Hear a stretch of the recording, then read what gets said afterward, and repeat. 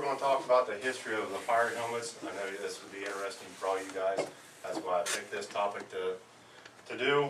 The helmet actually was designed first by Jacobus, if I pronounce it right, Turk, who designed it in 1731 for the FDNY to distinguish him different from every other department around and every other department within the city of New York. And then along came Henry T. Graticat. He was the one that designed the creation of the traditional fire helmet, the helmets that we wear today. Pretty much the same as back in 1836 is when he first designed it. So there's not really a whole lot of change from there to today as far as the design goes. And Carnes Brothers designed the first leather shield that we still use today. They designed them for Henry T. Graticat. And the eagle, which has no significance, was put on the helmet in 1825. And something I learned in this class also, the beaver, which is the national animal for Canada, is actually on their Canadian helmets. And I don't think I have a picture because I couldn't find one to put on here. And here's the helmets that we have throughout the United States and in Europe. The traditional, which what we wear, the modern, the European, the wildland, and rescue and EMS helmets. And the distinguishing colors are white, red, yellow, black, and blue. And blue is primarily for EMS. And there's the traditional is a leather or is composite. The rear brim is longer than the front. And like I said, you can't see it very well in the picture. That's the eagle, which is obviously my helmet. And the leather, which is the heaviest, weighs almost 5 pounds. And then the modern, which is thermoplastic or composite, that's an old helmet that we used to wear here. The brim is longer. The IDs are on the front, and on some of them they have the ID on the side as far as what company you're on that particular day. And they're lighter than the traditional, and I believe Columbus Fire has color codes on the front to distinguish what company they ride, but I'm not sure what exactly their colors are. And it weighs around 3.5 pounds. And there's a funky looking helmet, which would be, for us, it's a European, looks like something out of Star Wars. The shell's made of high temp polyamide. They have no IDs whatsoever on their helmets that I could find any pictures of. And it weighs about 3 pounds. It's the lightest of any structural firefighting helmets that are out there today. And of course the big helmets that you see there, the Wildland, looks similar to the hard hat, only the brim is a lot wider than them, and this weighs 2.2 pounds. It's made of Kevlar or thermoplastic polymer.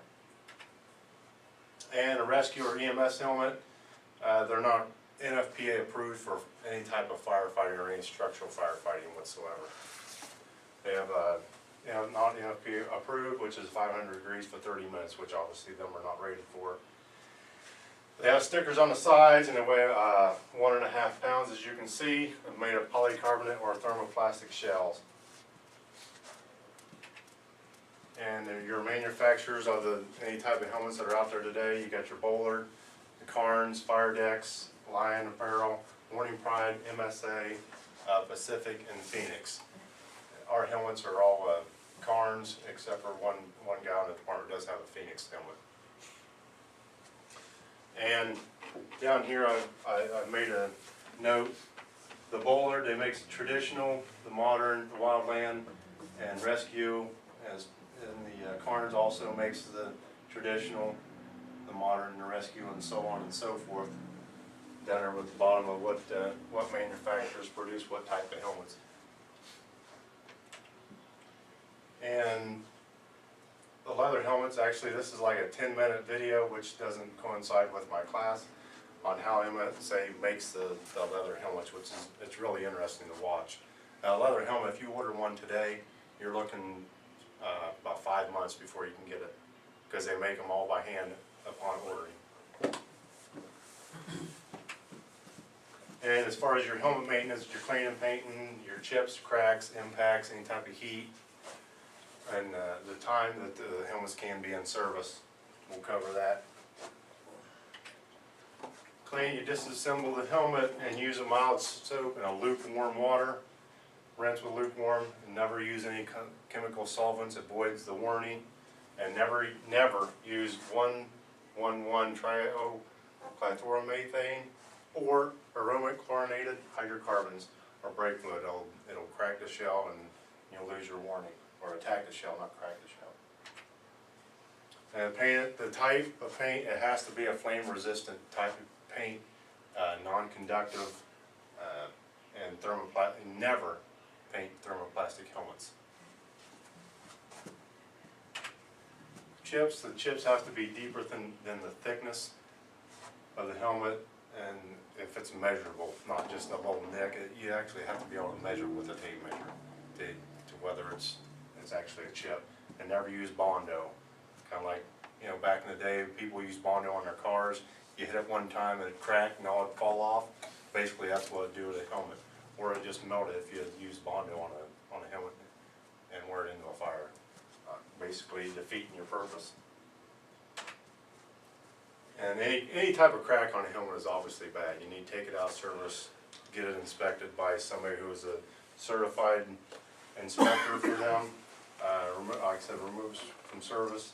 The shell's been compromised. Electrocution is possible.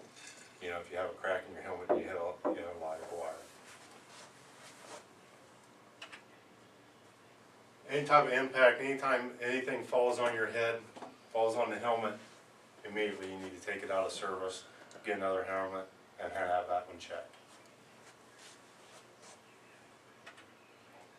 And the heat, thermoplastic and composite, the thermoplastic, you watch for blistering and bubbling from direct flame, out of service.